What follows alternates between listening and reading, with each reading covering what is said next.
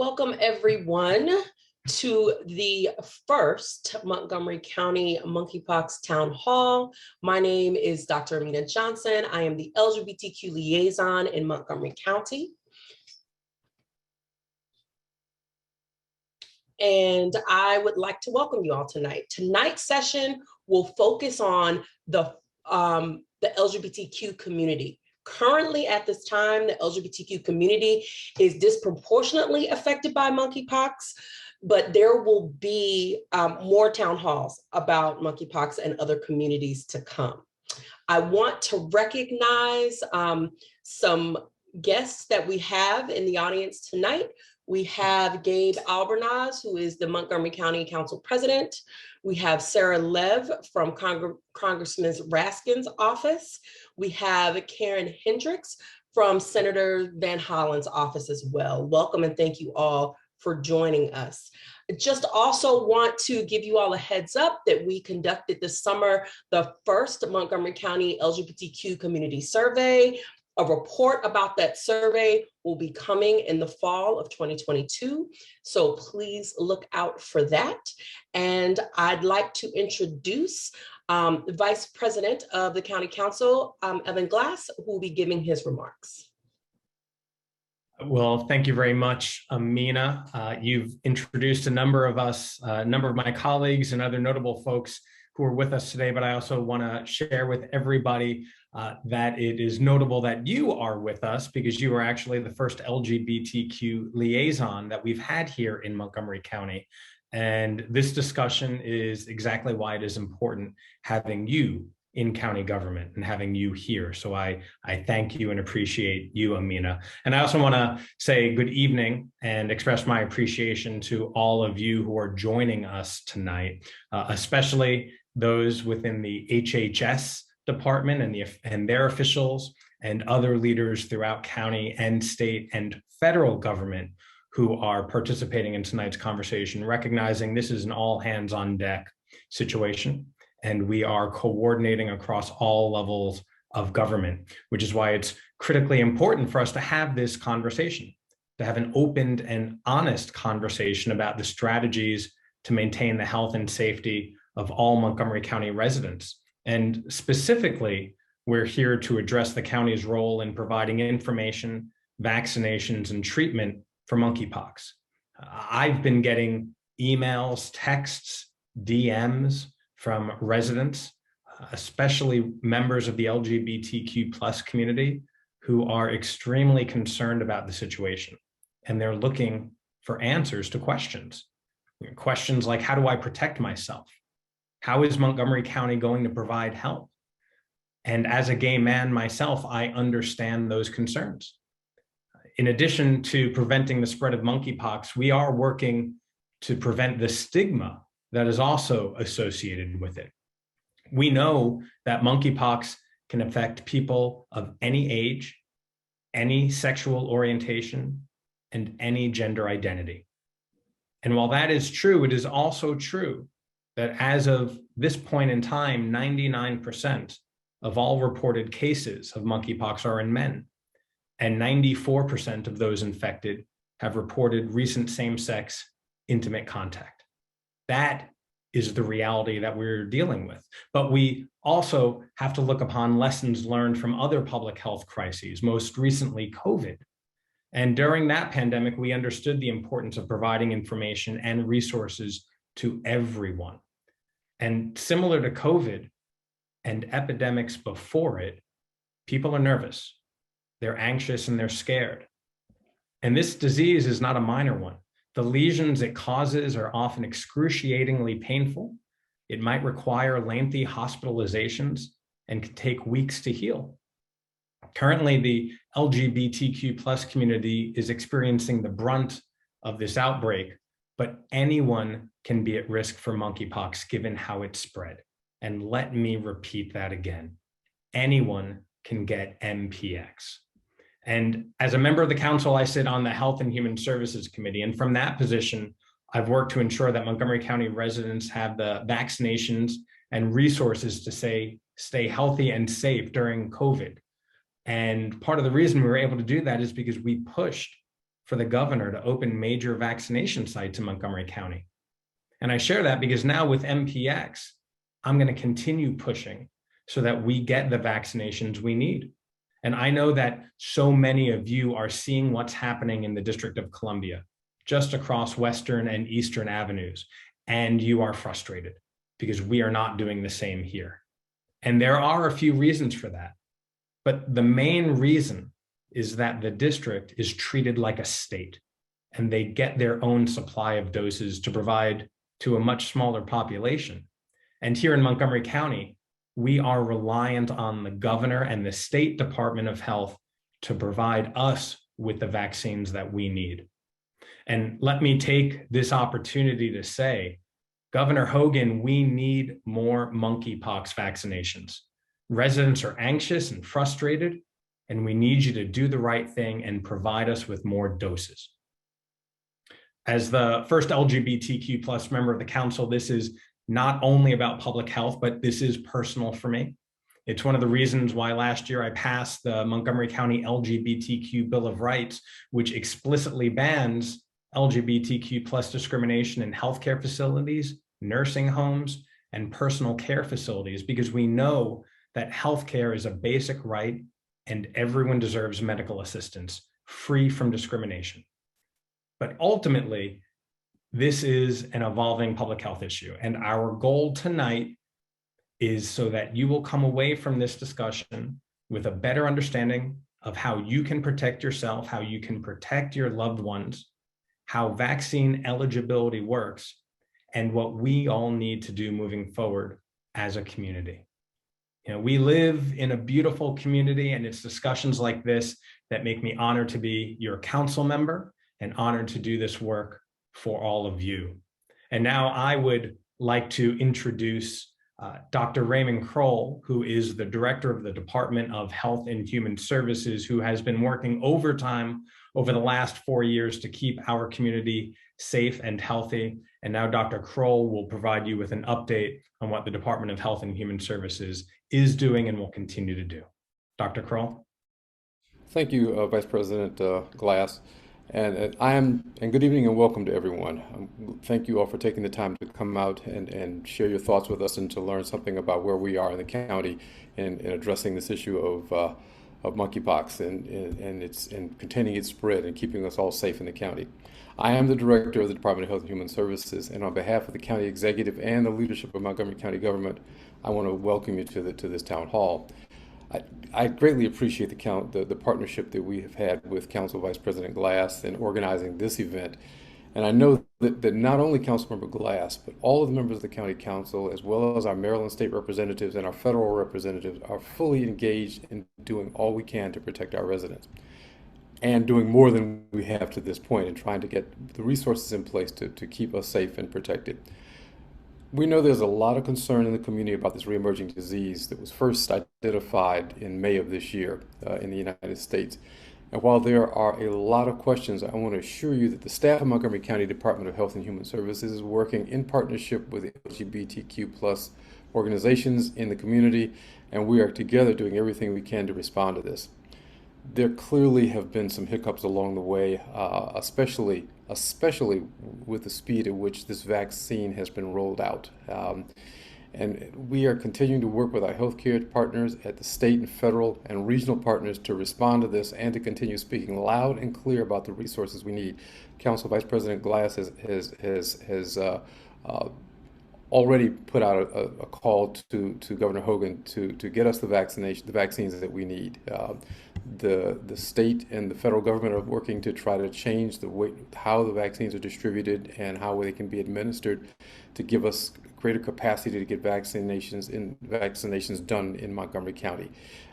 This is the first of what we expect will be a series of town hall meetings, and we will continue to host them and to share information with you as long as there's any risk to our residents. I think our team tonight will share with you the risks, who can get monkeypox, how it's spread, how you can protect yourselves and keep yourself safe, and how and when you can expect to be able to be vaccinated in the county. There are some differences.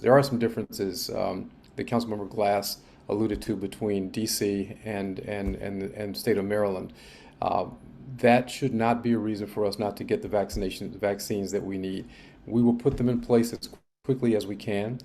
We are working both to make sure that we are preventing the spread by identifying communities where the virus is attacking us and making sure that they are prioritized. Those communities are prioritized first as in terms of the eligibility for vaccines. I am also mindful of the history associated with and the stigma associated with diseases that sometimes spread in the LGBTQ plus community.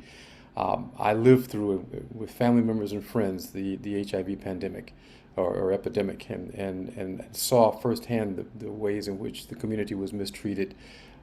I want to assure you that is the last thing on anybody's mind is allowing that to happen. We will not tolerate the stigma or discrimination or bias in this process, and we will work to do as we did with rolling out the COVID vaccines to make sure that they are equitably distributed and available, and that they are available to people who are at greatest risk. So with that, I'm going to stop and turn it back over to, I think, to Dr. Johnson, who will take us further into the evening. I look forward to having a conversation and discussion with you all. Thank you so much, Dr. Kroll. Our next speaker will be Dr. Bridges. So good afternoon, all, and thank you, Dr. Johnson, Vice President, Council Vice President Glass, and Dr. Kroll. It's a pleasure to have this discussion this afternoon on monkeypox, or MPX. This evening, we will use monkeypox and MPX interchangeably. There are other acronyms like communicable disease and epidemiology, CD&E, we will use, but there will be recurrent themes that you will hear all the speakers share tonight. We want to impart and share as much information as we can this evening. Our public health response began as early in May, once the first cases of MPX were identified in the United States. In May, the cases were reported in the UK, and then on May 18th, we had cases reported in Massachusetts. And so our team began to put together a plan with increased transmissions growing in the US and internationally. Our Department of Health and Human Services, Public Health Service team began to develop a response and timeline for a vaccine strategy back in May. And I want to just share with you some of the timeline and how we continue to evolve and evaluate our vaccine plan, similar to some of the strategies that we deployed using during COVID, using access frameworks to make sure that we know demand is a challenge, but we want to equitably administer vaccines as soon as we get them in. We want to get those doses in the community. So the implementation of our MPX response plans continue to evolve based on federal and state guidance, including vaccine and test kits that become available to county health officials. On May 19th, we began working with our state and regional partners to understand clinical guidance and how access to vaccines would be administered, again, equitably. In May and June, our clinical and program teams participated in many ongoing federal and state level discussions with the CDC, with Johns Hopkins, with the Maryland Department of Health regarding case analysis and contact tracing.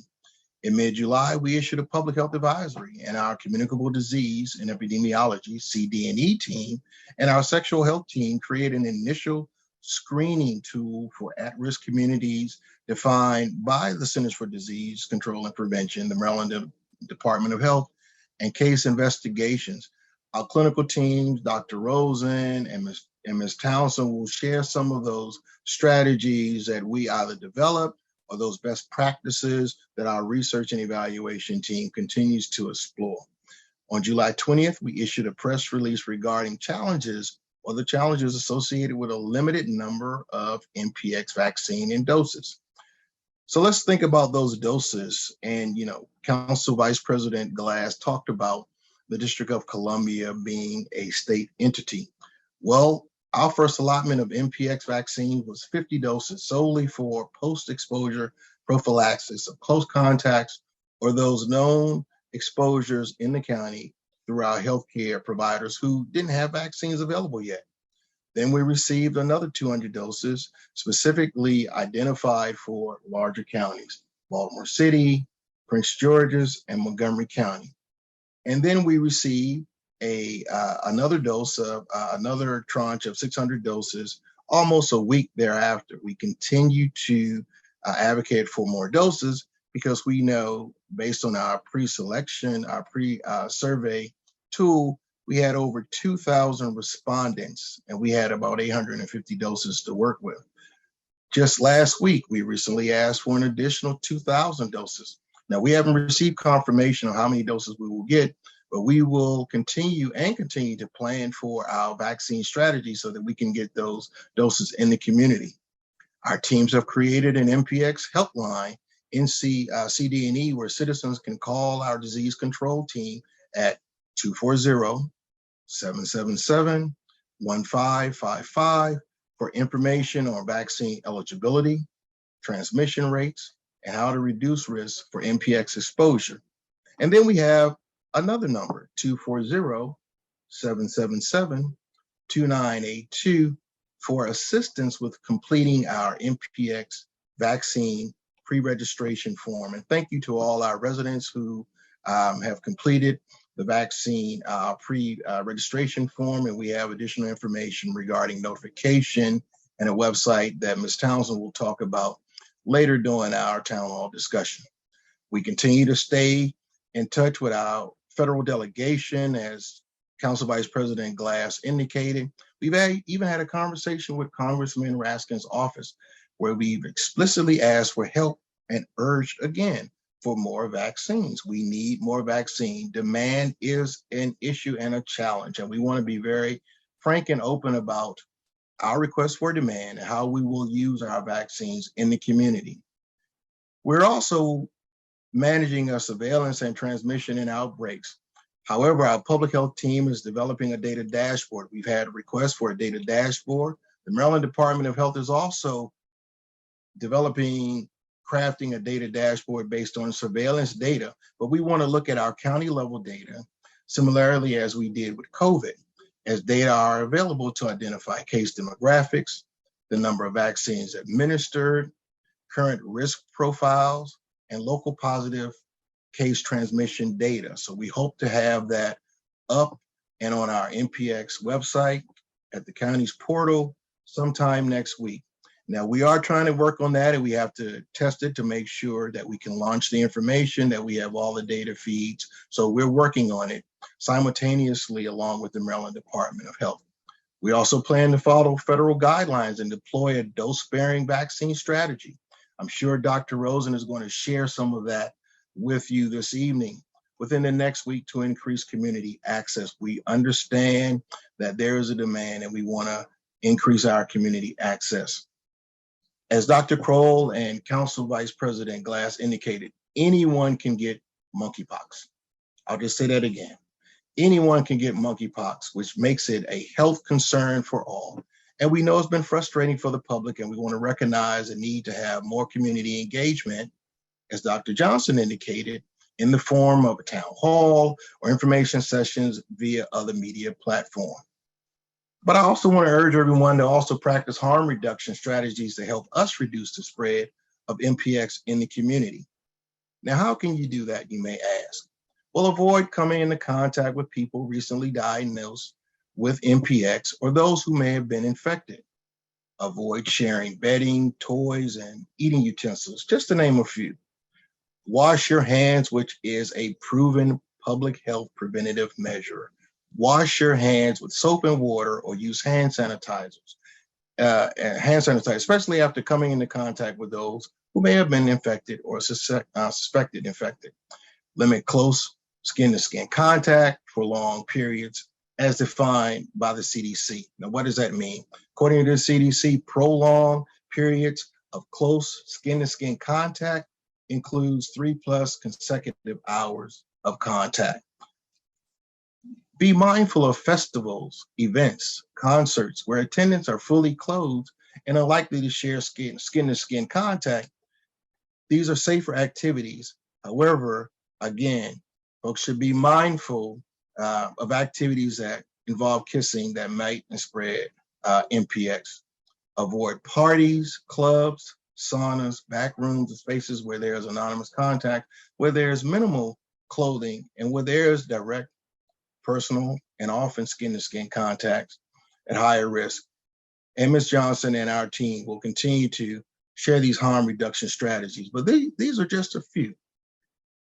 Always practice hand hygiene. That's a recurring message, a repeated message. And lastly, use personal protective equipment when caring for patients with confirmed or suspected MPX infection. Wear a face mask if you're in close contact with someone who has symptoms. We continue to work closely with the Maryland Department of Health, advocating again, which is one of our most recurrent and strongest message to our decision makers. We advocate for our fair share of vaccines and partnering to get more vaccines in our community. It is as simple as that.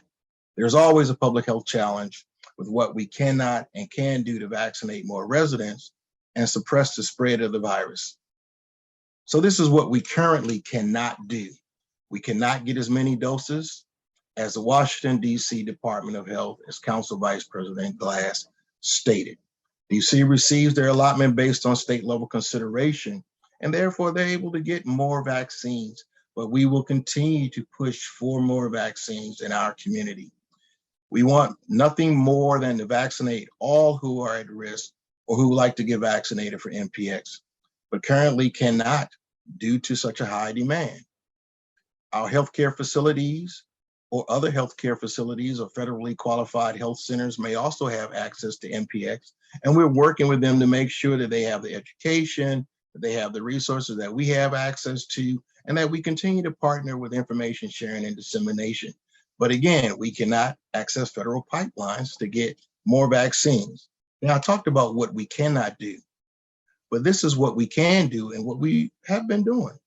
We can provide updated information regarding how important vaccines are as the most effective tool in preventing the spread of monkeypox.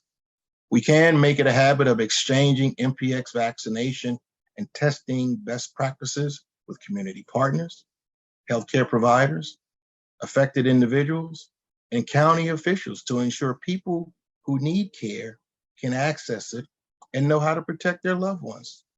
We can continue to participate in discussions like this, and we will continue to participate in county level discussions with various agencies. Just to name a few, our congregate living spaces, our correctional facilities, our homeless shelters, our nursing homes, our assisted living facilities, our Montgomery County public school system, our early child care learning centers, and our Montgomery Care Safety Net clinics and hospital partners. And we will continue to have interjurisdictional conversations with DC and Virginia via the Metropolitan Washington Council on Governments to identify strategies to increase equitable access to vaccines. And you can help us craft targeted messages. We want you to be engaged as you've been engaged before, similarly to COVID, and help us provide increased awareness and knowledge in community, in our community, to reduce the chances of stigmatizing those who may have been in contact with the virus or marginalizing groups who may be assumed to be at increased risk for monkeypox. And we know that we cannot suppress the spread and mitigate further community level transmission without you. Simply put, thank you for keeping us informed as our community pulse. Lastly, we'll continue to keep the lines of communication open with our liaisons, like Dr. Johnson, and partners with updates on the status of our vaccine supply and how they can be accessed. We will continue to raise awareness, and we will continue to share up-to-date information about what or how people can protect themselves and others from the spread of MPX. And now I'd like to turn it over to Ms. Kimberly Townsend, our Senior Administrator for Communicable Disease. Thank you, and I look forward to our discussion this evening. Good evening, everyone. As Dr. Bridges mentioned earlier, vaccination is an integral part of preventing the spread of MPX. So I'd like to talk a little bit about our vaccination efforts here at the Dennis Avenue Health Center within Public Health Services. As you know, we've received a limited number of MPX doses, and we are expecting to expand the availability of vaccine in the coming weeks or months. We're working hard with the Maryland Department of Health to ensure that vaccine is available to high-risk exposures. Vaccination currently is available for individuals with confirmed and presumed exposure to someone with MPX, and they are offered by appointment at the Dennis Avenue Health Center location. Currently, vaccinations are limited to known contacts who are identified by public health via case investigation, contact tracing, and risk exposure assessments. There's also a criteria for presumed contacts who may also be eligible. This includes those that have a known sexual partner in the past 14 days that was diagnosed with MPX, as well as those who have had multiple sexual partners in the past 14 days in an area with known MPX. These individuals are considered at highest risk to develop MPX for CDC and Maryland Department of Health guidelines. As additional vaccine is made available to us, we will be able to expand the vaccination to others who are at different levels of risk, as well as for pre-exposure prevention. We've been providing vaccine using the Jynneos vaccine. It's a 2-dose regimen given subcutaneously, which is the fatty tissue on the back of the upper arm, to 28 days apart. We are launching and adopting the new federal and state administration guidance for the administration of Jynneos vaccine. It uses a smaller dose and has shown to have a similar effectiveness when given intradermally as the previous subcutaneous dose was, meaning it's still 2 doses, 28 days apart. Several jurisdictions are also moving towards this strategy, and most will be transitioning by the end of this month. So again, we are launching this new strategy or adopting this guidance effective Wednesday of this week. This will expand our capacity to provide vaccination to more people that are eligible. In terms of scheduling appointments, we look at 3 different ways of doing so. The first way is receiving referrals related to case identification and assessments completed by public health providers. We also receive referrals from community providers who are aware of contacts to those with confirmed diagnosis of MPX. And finally, we have developed an online pre-registration survey where we also identify individuals that are eligible for the MPX vaccine at this time. Our pre-registration survey is located on the Montgomery County MD.gov website. If you think you meet the criteria I discussed earlier, please go to the website and pre-register. This survey was created to help us determine who in the community is at highest risk and currently meet the criteria. It doesn't guarantee an appointment will be scheduled immediately. However, it will help us ensure that those at highest risk get vaccinated as soon as possible.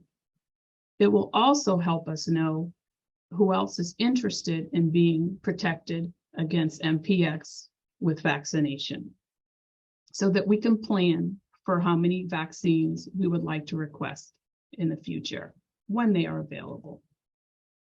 Just want to let you know that we here at the Dennis Avenue Health Center are on the front line, and many of us are taking informational and screening calls, as well as providing vaccination or assisting with specimen collection for testing of MPX, including myself. We've received much feedback from our community by phone, email, and social media, and we greatly appreciate that you're letting us know how we're doing and what your needs are. With that, I'm going to turn it over to Dr. Jessica Rosen. Dr. Rosen is one of our ID specialists here at the Dennis Avenue Health Center. She's going to tell you a little bit about MPX, how it's spread, and about treatment. So Dr. Rosen, I'm going to hand it over to you. Thank you, Kimberly. Good evening, everyone. I imagine that a lot of our audience has done a lot of their own research. We have a very well-educated population, but I want to talk to you, and I also want to talk to those who may not know as much about monkeypox. So let me start off with where it came from. So it was first discovered in monkeys in labs in 1958, and that's how it got the name monkeypox, but it's actually more common that it's carried by rodents. The first human case was detected in 1970 in Central Africa, and since then there have been periodic small outbreaks, and these have been limited to a few hundred cases in a few African countries. Prior to the current outbreak in 2022, nearly all the cases that occurred outside of Africa were linked to people traveling from endemic countries or from animals that were imported from those areas. However, we started seeing in springtime clusters around the world, and the United States leads that at this time. There's been to date about 14,000 cases reported in the US and about 350 in the state of Maryland. This is a DNA virus, and that's important. I'll get to that in a second, why that's important. So the symptoms are most commonly about a week after an exposure, ranging from about 5 to 13 days, but can have incubation from 3 to up to 17 days have been found. The symptoms that are seen are fevers, chills, headaches, muscle aches, swollen lymph nodes, exhaustion. Some of my patients who have had it are just they are unable to get out of bed, just full-blown exhaustion.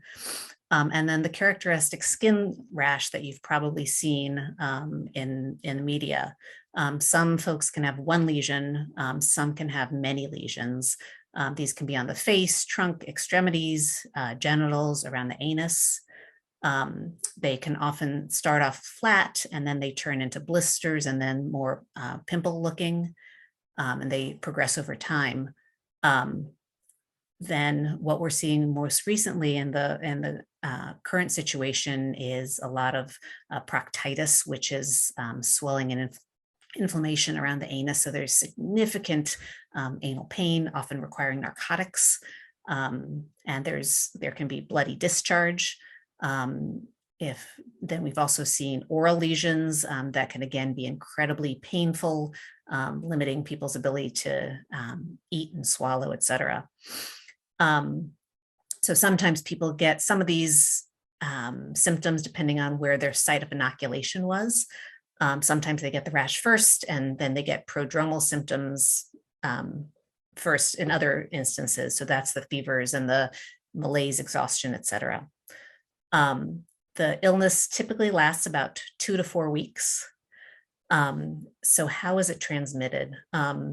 Monkeypox can spread to anyone, again, anyone, through close personal or skin-to-skin contact, though right now it's predominantly affecting the MSM community disproportionately. So by far the most common route of transmission is direct skin-to-skin contact. There's debate about whether this is called an STD or not, given the current situation where we're seeing a lot of pharyngitis and a lot of proctitis. But the thought is that there are infections that can be transmitted non-sexually and sexually, such as herpes and molluscum contagiosum. We definitely see those infections that are spread in both ways, and this is probably a similar way. And if you think about the skin-to-skin contact, the areas, the mouth and the anus are both areas that have if they're rubbing up against infected skin, can have lots of skin breaks. So there's a fast way of transmission there. We don't know, studies have seen monkeypox within semen, but we don't know if the virus can spread directly through semen or vaginal fluids outside of the illness. Additional ways that the MPX can spread is through contact with materials like clothing and linens that have been used by someone with monkeypox. Also through kissing and face-to-face contact through saliva or respiratory droplets. It's not thought to be airborne, meaning it when someone coughs, they cough a certain amount of the larger droplets go a certain time before they fall down. And I know that we had similar thoughts about coronavirus in the past, that it was not airborne, only droplet, but the transmission that we're seeing really points to not having a airborne component. Additionally, it can be spread from a pregnant person to the fetus. To date, it has not been shown to spread through casual contact, such as a casual conversation and briefly touching shared objects. And it's currently thought that people who don't have symptoms, so either the lesions or the prodrome, cannot spread the virus to others. There was a question in the Q&A about do we have to worry about it in the public pools? It is not thought to be a waterborne virus. The pools are chlorinated, and that's really not thought to be a concern whatsoever. I would, however, worry more about you don't want to share towels in those areas, because those are rubbing up against you, and you don't want someone who's rubbed up against the towel to go to someone else, but it is not a waterborne illness. So how serious is it? Luckily, this is generally mild and self-limited, though incredibly painful in some patients. And particularly, we worry about those with weakened immune system. We also worry about people who have skin disorders such as eczema, because the skin lesions can spread more, and then children and pregnant women.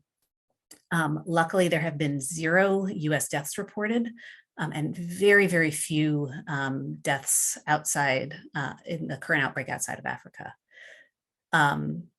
However, there is a significant impact in terms of loss of work and the cost of isolation. So people need to isolate from the symptom onset until after their scabs have fallen off. So that can be a long time with loss of wages. The other issues is there can be possible scarring. If someone has a lot of lesions, especially facial lesions, that can be very upsetting to people. And there can be, because they're so visible, there can be so much stigma from it, unfortunately. So what does one do if someone thinks they have lesions or other symptoms that they're concerned about? At this time, we are lucky enough that commercial labs have testing readily available. So any provider that in terms of primary care or an urgent care center, emergency room, et cetera, anyone who generally does swabs for viral infections. So if they do swabs for the flu, if they do swabs for herpes, if they do swabs for chickenpox, they can do the same swab and send it off to commercial labs, LabCorp, Quest, et cetera. In terms of treatment, luckily, this is usually self-limited, as I mentioned. There is treatment that is available to treat smallpox that has been used to treat monkeypox, though it doesn't have that indication. It is currently only available from the national stockpile, basically created in case there was a bioterrorism event with smallpox. The TPOXX, tecovirimat, TPOXX can be ordered by any provider, though there is a significant amount of paperwork that the provider needs to sign off on, including giving their CV. And because it is somewhat experimental, especially for this disease, the patient needs to sign informed consent. It is definitely indicated for those with severe disease requiring hospitalization and those at risk for complications due to immune compromise, children, pregnant women, or those with eczema or other severe skin conditions. And then we're using it more in people who have had unrelenting pain or difficulty eating or drinking or using the bathroom because of severe disease in sensitive sites. So as Dr. Bridgers and then Kimberly mentioned, we do have a vaccine available, and people should be getting it 4 weeks apart. And as Kimberly mentioned, thank goodness we are now have the data to support giving 5 doses per vial, which opens it up to many more people starting later this week. The initial such limited supply, it was really intended for people for what's called post-exposure prophylaxis. So people who have been exposed to someone with monkeypox to prevent them from getting monkeypox themselves or preventing them from severe disease from monkeypox. The reason it's the CDC and the state of Maryland decided to give it to people who don't have a known exposure is that there are many people who have been exposed but don't know it. And so they used situations where it was most likely that someone had an exposure. So if someone had a encounter in bathhouses, saunas, multiple sexual partners, etc., in the gay, bisexual, and men who have sex with men community, or people who work in those arenas, those were thought to be the people who were most likely have already had an exposure. And so it's, again, post-exposure prophylaxis when we have a limited supply. I'm hoping with all of you that we get more vaccine as soon as possible so that we can protect people ahead of time, because that's, I work in our STD clinic, I work in our HIV clinic. I want to prevent disease before it happens. And with vaccine, we can hopefully reach that much sooner. But as it is with a limited supply, we're giving it to the people who may have already been exposed to prevent them from getting severe infection. So finally, how worried should people be? What's the good news is, unlike COVID, where this was completely new to the world, this has been an infection that's been around for a long time, and there are vaccines, though not as available as we'd want, that have activity, and there's already the antivirals in existence that seem to be effective. Additionally, unlike COVID, which is an RNA vaccine and mutates very easily, this is a DNA vaccine, so we're much less likely to have different strains come about that are resistant to the latest vaccination. We're not going to have to play that catch-up game. So we won't have quite that same issue.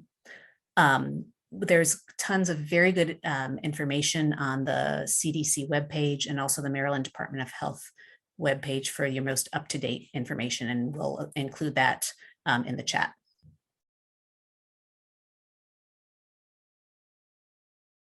All right. Thank you so much, Dr. Rosen and the other panelists. We are going to begin the Q&A portion. I know several folks have already submitted questions in the Q&A feature. We also received some questions prior to this town hall. So we're going to go down that. Make sure that you put your questions in the Q&A feature and not in the chat. That's how the questions will get answered. And so I'm going to go through these questions, pull them up. So I know you just spoke, Dr. Rosen, but the first question is directed towards you. It says, there is evidence that monkeypox is an STI. Do condoms help stop the spread? How does testing work? Does someone have to have symptoms? All right, great questions. And again, as I said, it's a controversial isn't quite the right word, but there's a lot of thoughts about whether or not it's an STI. STI can stigmatize an infection, so that's part of the reason. Additionally, condoms protect the site that is covered. So for the people who have had, from my experience, from patients who have come in, the most severe symptoms are the people who develop proctitis, so infection of the anus. So if you're protecting a specific area of the body, that might be helpful. So condom use in receptive anal sex will most likely protect against proctitis. It will not protect against skin lesions on other parts of the body. It won't protect against the spread through airborne, through droplets, kissing, etc. But it would likely help reduce the local site of infection. So pharyngitis, so using condoms for oral sex, and again, using condoms for, particularly for receptive anal sex, would likely mitigate the infection significantly. And what was the other question? Okay, hold on. The rest of the question was, how does testing work? Does someone have to have symptoms? So yes, there's no testing until there are symptoms.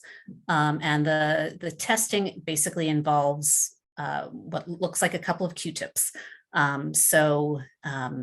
They can, wherever the lesion is, and often if it's recommended that you do at least 2 swabs per lesion to get the best sample possible. And if there are multiple lesions in different parts to get your highest yield, it's recommended to swab those different areas. The swabbing can be uncomfortable for people because the provider is trying their best to get a good sample so that there's a positive result if there's an actual case. And then those are sent off to the lab with it in a contained, in a bag, a lab bag. But no, there's no testing beforehand. There is post-exposure prophylaxis with vaccination, but there's no testing. Thank you, Dr. Rosen. The next question is geared for Kimberly Townsend. It says, how can I get my uninsured / low income / homeless patients treatment for monkeypox? Well, thank you for the question. The first step would be to have this particular patient screened and evaluated in order to determine if they need to be tested. Once tested, they would, if positive, a provider would need to prescribe the medication for treatment and decide if that's appropriate. If the person doesn't have a primary care provider, they can go to an urgent care centers. Urgent care centers do have the ability to order the testing. If they're still in need of assistance, please give us a call at the Disease Control Program here at the Dennis Avenue Health Center, and that number is 240-777-1755. Can I add to that just a little bit? Because the TPOXX is held at the national stockpile, there is no cost associated with it. You do need a provider to go through and you can, again, this is all on the CDC's website on how to obtain TPOXX. So if you are in with a provider who is not knowledgeable about this, you can just tell them to go to the CDC's website and find it. And again, we will put that in the comments in the chat. But as long as the paperwork is done, the patient signs informed consent, the cost of there's no cost to the TPOXX. Thank and you also, both. Dr. Johnson, just to add, we've also been in contact with our safety net providers, and so we have information listed on our website. If not, our CD&E helpline can provide any calls with support regarding our uninsured population.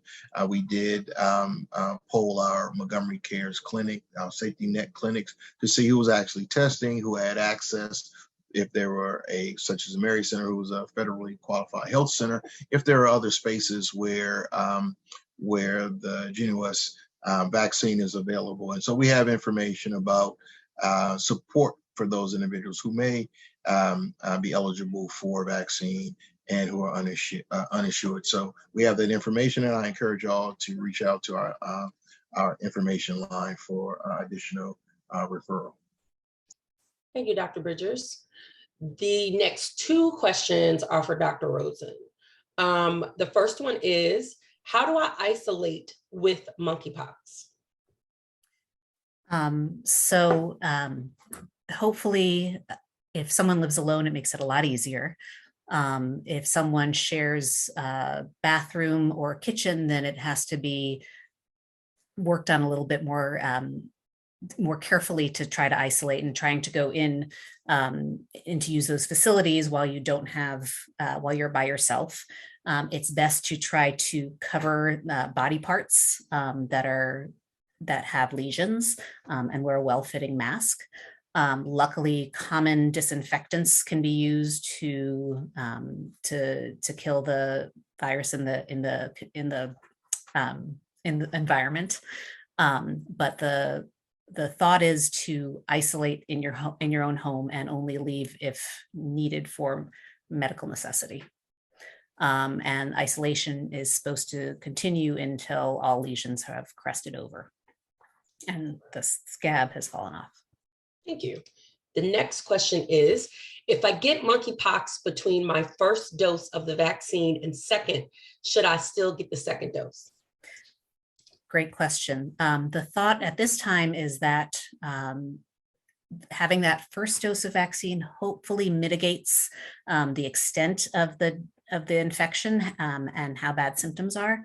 It is not thought that you need your second vaccine. There's some caveats in severely immunocompromised patients, but for the average person, there's no benefit of getting that second vaccine at this point. Thank you. This next question is for Ms. Townsend. It says, DC has a breakdown of monkeypox cases on their site and number of people vaccinated. When will we know how many Montgomery County residents have been diagnosed with monkeypox and how many have been vaccinated? Thank you for the question. I think Dr. Bridgers mentioned earlier that we are working on gathering data so that we can provide information on our county's case rate and vaccination on a data dashboard. So hopefully we'll be able to have that up and running soon, a similar dashboard that you see in the District of Columbia.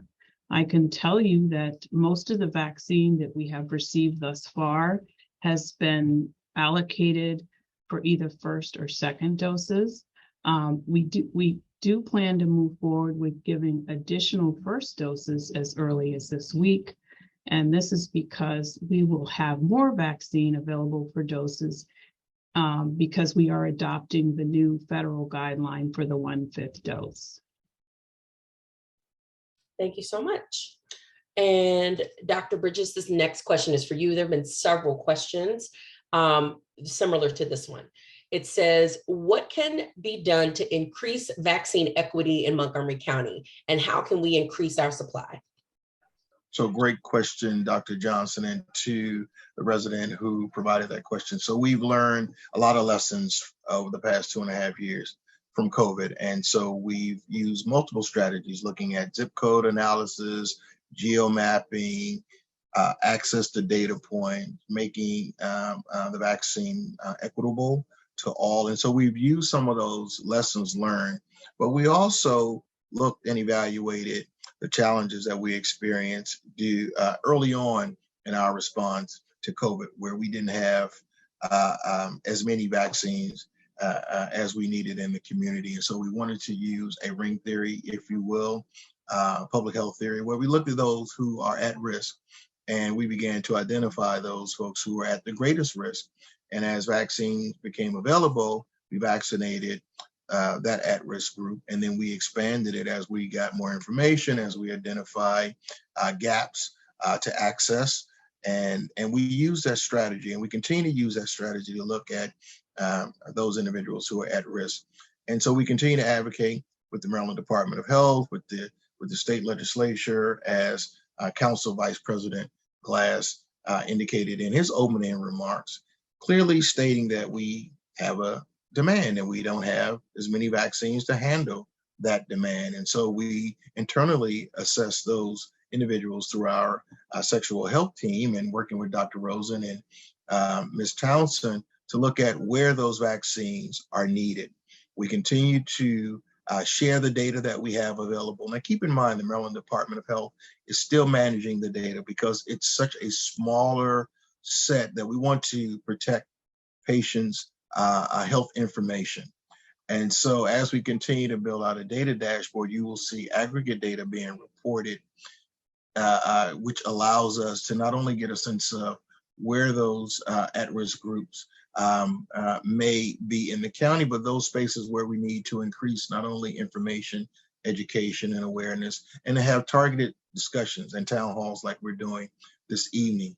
Lastly, as we continue to get vaccines in, we will look at the best practices that we are afforded and get those vaccines in the community. Dr. Rosen has been very instrumental in helping assess that. She's articulated the strategies for not only testing, but also vaccinating. But going back to early on when I shared the timelines, we only had one lab. All of our specimens collected, and there were few, collected either as a close contact, was sent to the Maryland Department of Health, and then the Centers for Disease Control and Prevention for confirmation. We had to use that data. We've since then had other labs to come online, and we continue to use those strategies to not only increase the analysis of our specimens that have been resulted, but also use that data to identify those who are at risk. Thank you, Dr. Bridgers. This next question is for Dr. Kroll, and if Councilmember Glass has something to add, we welcome his response as well. So the question is, almost all of my LGBTQ plus friends live in DC and are already vaccinated. I live within 100 feet of the DC border in Silver Spring and can't get vaccinated. DC has been vaccinating its residents for weeks and continues to do so. Montgomery County LGBTQ plus residents matter just as much as DC residents, and a bunch of us live right next to and work in DC, but can't get vaccinated as Montgomery County residents. Do you have a response for that, Dr. Kroll, and then Councilmember Glass? So I'll start, and I certainly hope Councilmember Glass will chime in and join in. You know, I was looking at the numbers while we were talking, and today the CDC reported that that across all of Maryland there were 379 cases of monkeypox, and in DC there were 372 cases of monkeypox. So we've got the same number of cases in a much smaller jurisdiction, and we've got, as Vice President Glass mentioned earlier, that DC is treated as a state, and so that their access to vaccines is greater than ours is as a county. Maryland is distributing doses across the state to address the 379 cases, and using a formula or some formula, and we are doing the same. And I assume DC is doing the same across its jurisdictions in the city, across locations in the city. It has got to be insanely frustrating to live 2 blocks away from DC and struggle with not being able to get a vaccine. It is, and I share the frustration around this, as I'm sure Councilmember Glass does, and Dr. Bridges as well. I don't know that there is a way, and maybe there is something that Councilmember Glass can share with us about whether or not there is an opportunity afoot for us to share doses across the jurisdiction. At this point, it's not happening that I'm aware of. I do know that we did a little of that with COVID across other county jurisdictions, county lines, I should say. Well, this appears to be deja vu all over again. And we experienced this during COVID when we saw people in other jurisdictions getting vaccinated at higher rates with more ease than we here in Montgomery County and in Maryland. And it is simply because the district is treated as a city state where they get their own allotments of vaccinations, and that they are easily distributed amongst a smaller population in a much smaller geographic area. And my husband and I actually lived on Eastern Avenue for about 8 years, which is quite literally on the DC line. And all of us have friends who live across Eastern and Western Avenue. And we're seeing in social media people in other jurisdictions getting vaccinations as well. In my opinion, there are two things that we can do. And that is part of what this conversation is about. We need to continue appealing to Governor Hogan to provide us with more vaccines, just like we appeal to him to give us a more equitable distribution of COVID vaccines. That's number one. And number two, I am very appreciative that we have representatives from Senator Chris Van Hollen and Congressman Jamie Raskin's office here so that they can provide the support to our federal partners and the White House to speed up distribution. I remember reading in a New York Times article just a few weeks ago that the federal government had the opportunity to purchase or at least acquire hundreds of thousands of doses from overseas and opted not to, which was a big mistake. And so we need an all hands on deck strategy at all levels of government to get us the vaccinations, to make sure people are healthy and safe, and to make sure that there is not a divide between Montgomery County and Maryland and the District of Columbia. Thank you so much, Dr. Kroll and Councilmember Glass. I also just want to reiterate to folks, it was put in the chat, but I just want to say it again, that if you work in the District of Columbia or a student enrolled in a college or university in DC, that you are eligible, and you meet the other qualifications, of course, that you are eligible to get the vaccine. Thank you, Dr. Johnson. You just took my comment, so thank you. No problem.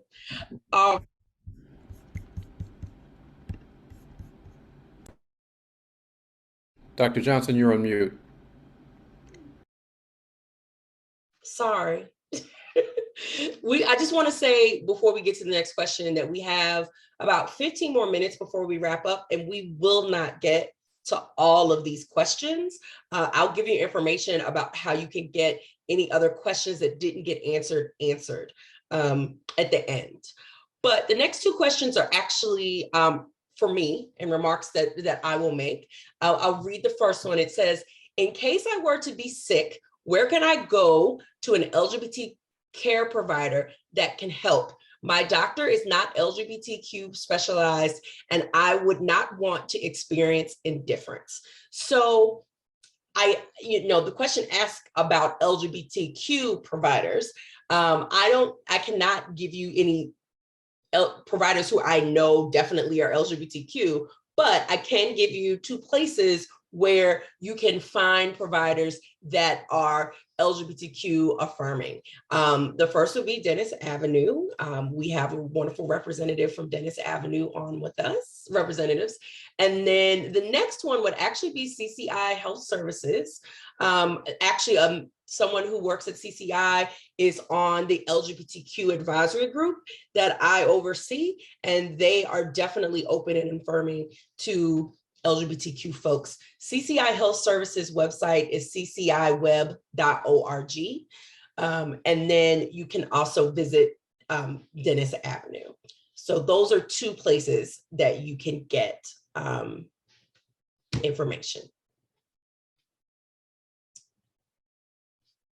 All right, so let me get to the next one. I'm sorry, I lost my questions.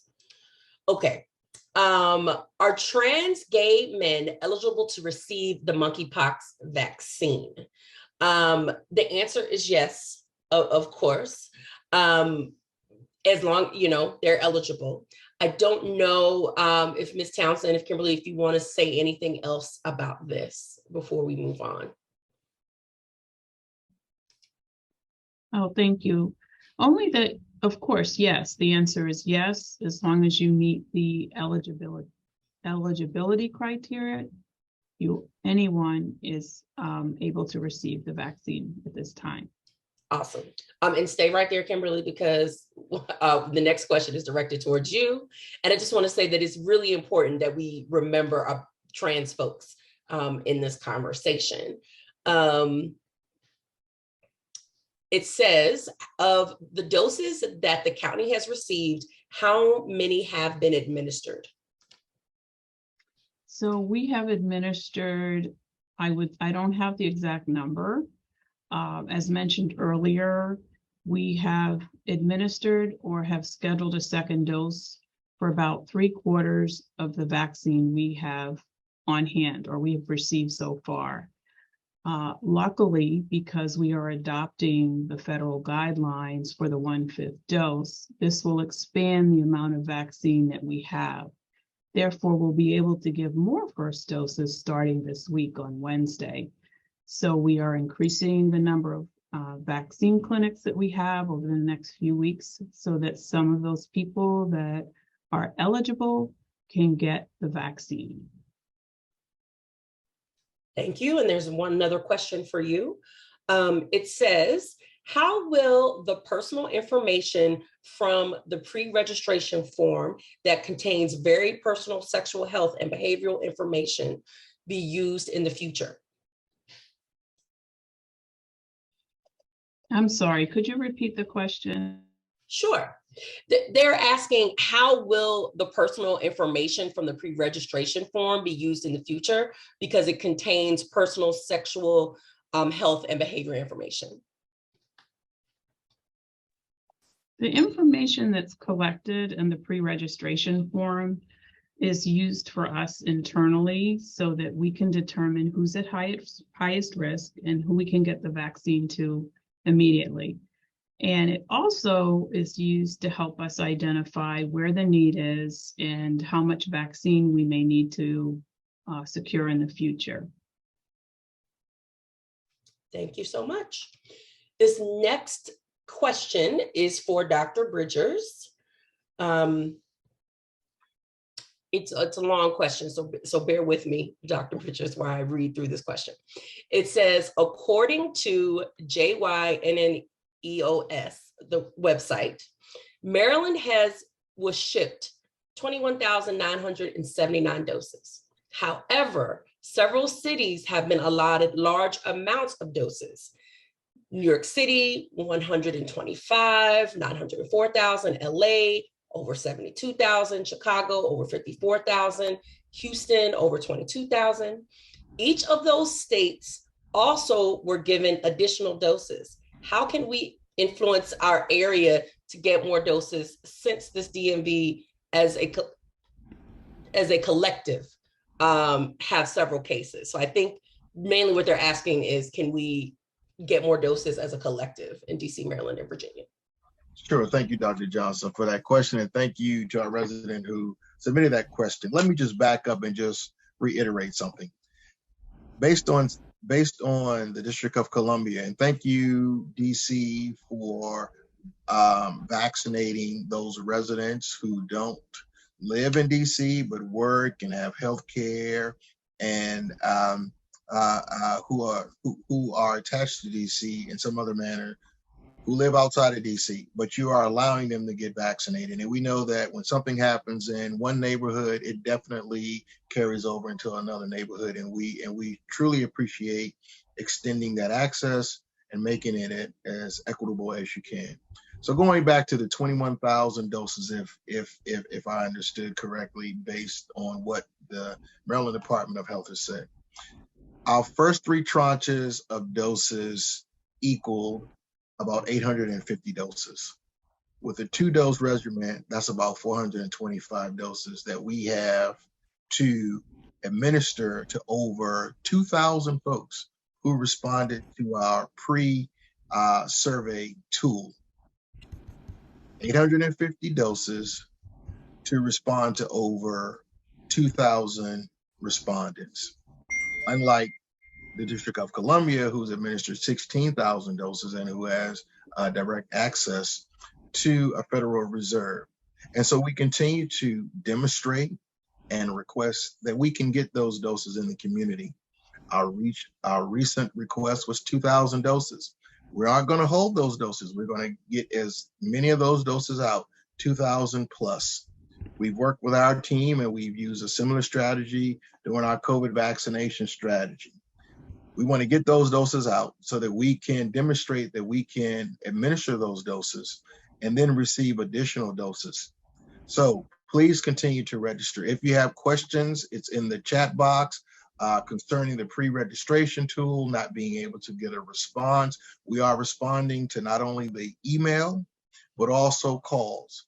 If you're still having challenges, please continue to call and we will make sure that you're connected with individuals who have an answer or who can get you an answer. We also have bilingual call takers who can respond to requests throughout our entire community. We have a very diverse community. And so in looking at those doses, we will continue to request more to handle the demand. We will continue to administer those doses based on demand. And we won't stop until we get all who are vaccinated, who request to be vaccinated. Thank you, Dr. Bridgers. The next question is for Councilmember Glass. I thought I was on mute, I'm sorry. The next question is for Councilmember Glass. This person is asking on behalf of the Free State Justice, a local organization that serves LGBTQIA+ Marylanders. Has the county attempted to address the homophobic and racist media coverage blaming the spread of African American and LGBTQIA+ communities? Well, thank you, Free State Justice, for the question and for everything that you all do, that they do on behalf of LGBTQ+ residents in the state of Maryland. One of the predecessors of that organization was Equality Maryland, of which I was a board member of, and so I appreciate the continued advocacy. With regard to the homophobia and the stigma that exists out there, that is partially why we're having this conversation. To level set, because I can guarantee you not everybody who is on this Zoom is a member of the LGBTQ+ community. There are a number of people who I personally know who are on here who are curious about monkeypox, who want to know more and want to know what we are doing to ensure the safety of our entire community. And part of the destigmatization surrounding this and surrounding other issues in the LGBTQ+ community are having conversations, are stopping somebody and correcting the record. And so I would encourage every single one of you to make comments on social media, to write a letter to the editor when you see an article that is incorrect or unjust, because as a former journalist myself, sometimes the editors and the reporters themselves need to be educated and be told when they have done something wrong or used an incorrect word. And so while we in government will continue using this platform, I ask that all of you use your activism and engagement to also correct injustices when you see them and use the various tools at your disposal. Thank you, Councilmember Glass. And I just want to reiterate something that you have said and Dr. Bridgers has said on this call, because I know that there are media listening. Anyone can get monkeypox. I just want to reiterate that it is disproportionately at this moment right now affecting the LGBTQ community, but anyone can get monkeypox. I just want to reiterate that. And Dr. Johnson, may I also add just one point? Of course. In working with Council Vice President Glass and the council and working with our team and looking at the naming convention, we've spent a lot of time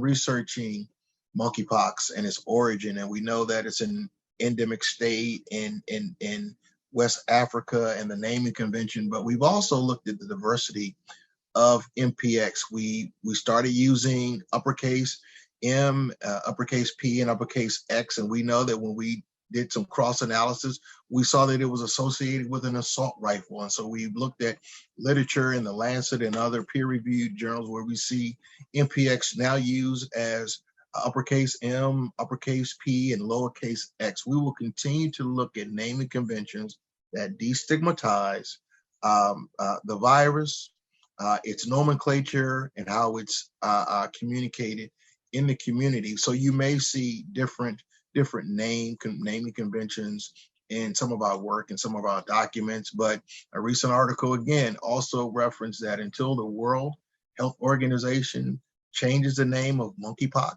the virus's name, to another naming convention, we will continue to see that in the community, but we will continue to use naming conventions that destigmatize and cause harm. So can I just wanted to just jump into this piece of this and say that one of the things that Dr. Bridges has talked about, our naming conventions, and Council Vice President Glass has talked about communication and conversations with people. One of the things that we also went through was looking at symptomatology and routes of transmission and how to message that and put that out there in ways that the community understands that it is not just the LGBTQ plus community that is at risk of spreading or capturing and spreading this virus, that it is any of us and all of us. And so we talk about the symptomatology and the behaviors and ways in which that anyone can contract this disease. We have to also make sure that we are messaging, challenging the messages that are wrong about the community, about the spread of the community, and challenging any messages that blame this community for the spread of this virus. It happens that, as we said earlier, that the virus right now has spread in certain segments of the LGBTQ plus community, but it is not exclusively that is the case. So we have to continue to do things like this, get this message out, and ask you all to take the facts and share the facts and correct it along with us. Correct misinformation and wrong-headed information when you see it and hear it. Thank you so much, Dr. Kroll. All right, these next few questions are going to be for Dr. Rosen. The first question is, as a precaution, should we avoid handshakes and fist bumping? So handshakes can spread all kinds of things. I'm an infectious disease doctor, so I've tried to avoid them for a while now. So the thought is brief contact is less likely than more prolonged contact, more contact where there's abrasions that could potentially happen, where there's more pressure put. But you know, fist bump, great. Elbow bump, great. There have been no known cases of a simple handshake causing it. Theoretically, it's possible. Thank you. This next question is a good one. I hadn't thought of it. It says, if you were vaccinated for smallpox 60 years ago as a baby, do you have any protection against monkeypox? So that's a question that I've seen addressed before, and we don't know that for sure. There's probably some small level of protection left over. You know, the majority of the community that's at risk now, the majority of people under the age of 50 or 60 have not had any smallpox vaccine if they're born in this country. But there's probably maybe a tiny degree of protection, but not sufficient to really help out prevent the disease. I did briefly see a question earlier asking about how long immunity is for after someone's been exposed, after someone's had monkeypox, or after someone has had vaccination. And this, again, we don't know that information. Science over time will tell us, but I don't know at this time. Science doesn't know at this time. Thank you so much. All right, the next question is for Dr. Kroll. It says, I tried to get vaxxed at my Kaiser Permanente, I'm guessing this says KP, HMO, but they had no supply and blamed the government. I completed the form with Montgomery County online and got vaccinated 2 days later. Will Kaiser Permanente or Aetna get access to supplies for their members? I think the answer to that is eventually they will get supplies. As more supplies become available, more of our provider community will have access to those supplies. We are all essentially in this area in the same boat right now in terms of access to the vaccine, and pushing, as you've heard us say, to get more vaccine into the community and into the county. So it's a matter of time and availability of the vaccines. And I think changing how the vaccine is dosed will help spread the available supply to further afield to more people. All right, thank you very much. All right, we have time for one more question. Again, I know that there have been many questions and we haven't gotten to them all. This last question is for Ms. Townsend. It says, will educational information and vaccine pre-registration links for monkeypox be proactively shared through dating hookup apps like for COVID? I believe that is something we're planning to do. We have a whole team that is working on getting information out about MPX.